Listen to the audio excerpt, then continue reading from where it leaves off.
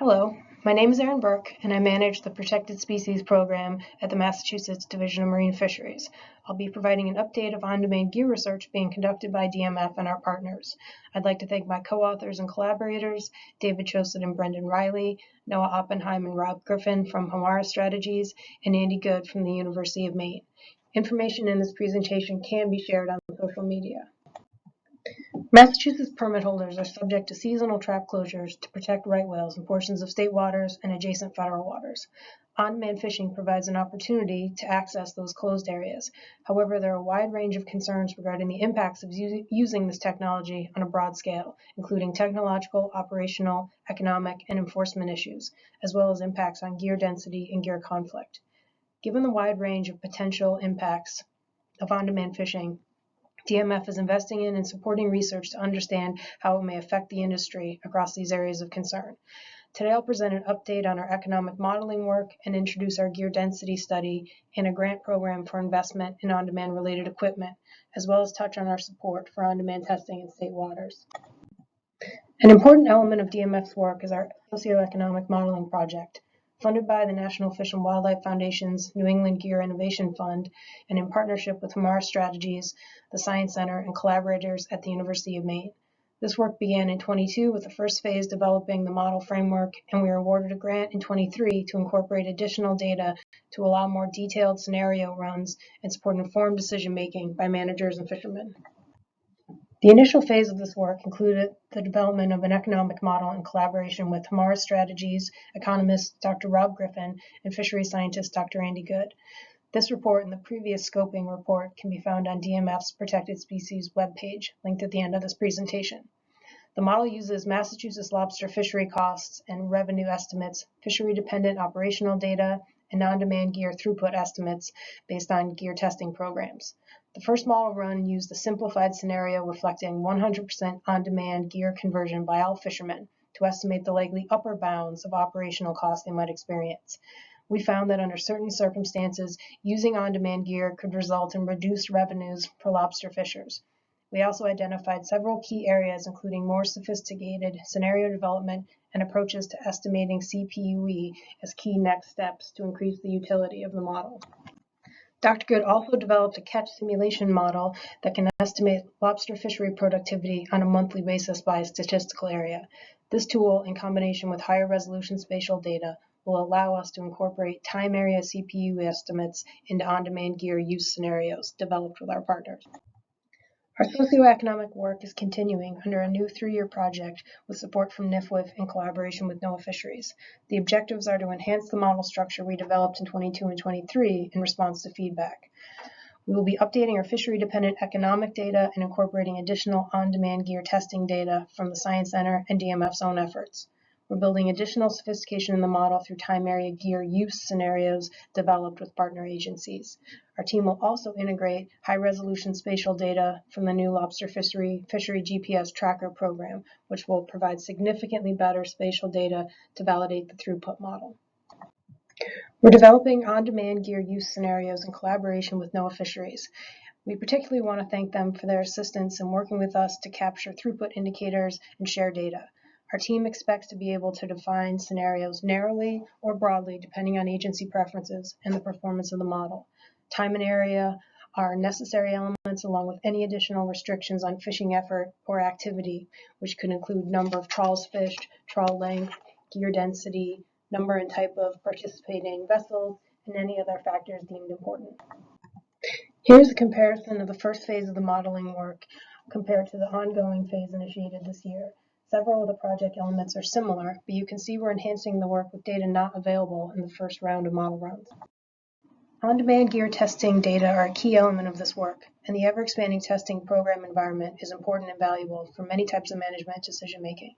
Testing in state and federal waters is ongoing here in Massachusetts, both under the federal EFP and DMF's letter of authorization. Testing in Maine is also taking place, and we're aware of some testing work in the California Dungeness crab fishery.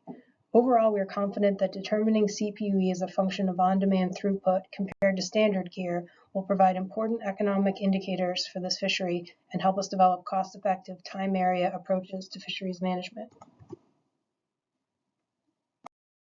In addition to the NIFWA-funded on-demand work, DMF has implemented on-demand gear research through our right whale and lobster fishery research program, initiated by funds provided to states through the Consolidated Appropriations Act.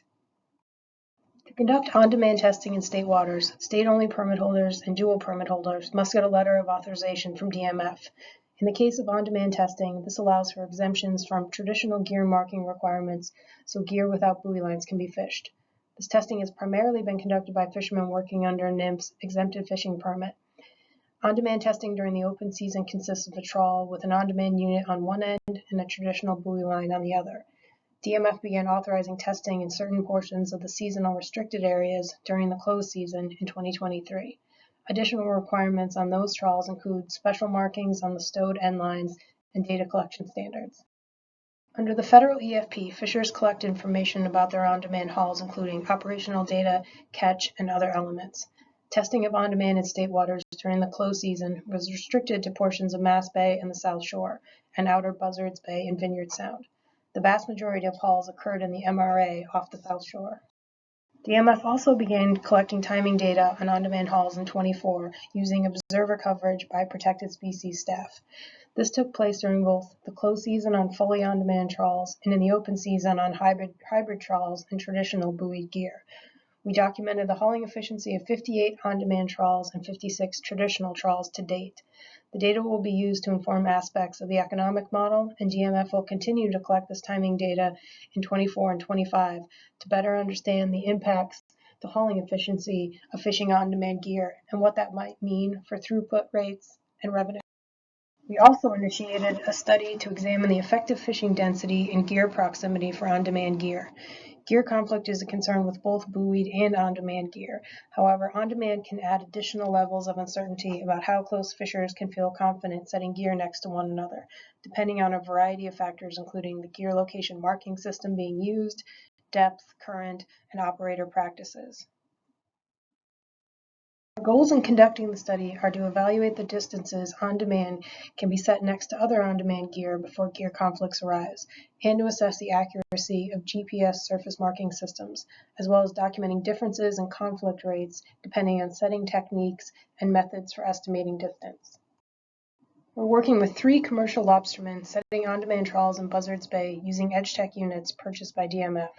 5 trawls of 10 pots each are set next to each other at specified distances, repeating the treatment at each distance 12 times, starting at 100 feet apart and moving to 50 and then 35, documenting any gear conflicts that may occur. This work can improve industry understanding of the potential gear density they can reasonably expect to achieve with GPS surface marking, and inform economic modeling of on-demand fishing impacts based on changes in gear density standards. In the future, we may expand the study to have more than one fisherman setting the trawls at the specified distances during trials, moving to deeper water or more complex bottom, and comparing GPS surface markings to seafloor position using acoustic marking. DMF is also in the process of launching a grant program to assist fixed and mobile gear fishers in covering the cost of on-demand related equipment. We're still determining the specifics of the program and evaluating potential interest, but the program could enhance fishermen's ability to gain experience with and invest in on-demand gear and related equipment, help offset the economic impact of seasonal closures, and help prevent gear conflict with mobile gear. DMF will reimburse costs to participants with a history of fishing in the closed area prior to implementation, up to $25,000 for fixed gear fishers and $4,000 for mobile gear fishers. Eligible reimbursements could include the purchase of on-demand gear, the cost of satellite communication systems capable of providing information on on-demand gear locations, the installation of through-hole transducers, devices to receive on-demand data, and on-demand software application downloads or subscriptions. We're currently evaluating responses and interest from industry members to determine what this program might look like, and are collaborating with the Science Center and the regional office to ensure the necessary permit coverage for participants, either through an LOA from DMF or participation in the Science Center's EFP, or potentially through a separate EFP applied for by DMF. Special thanks to our funding sources, the National Fish and Wildlife Foundation and the Consolidated Appropriations Act, and all of our partners who make this work possible.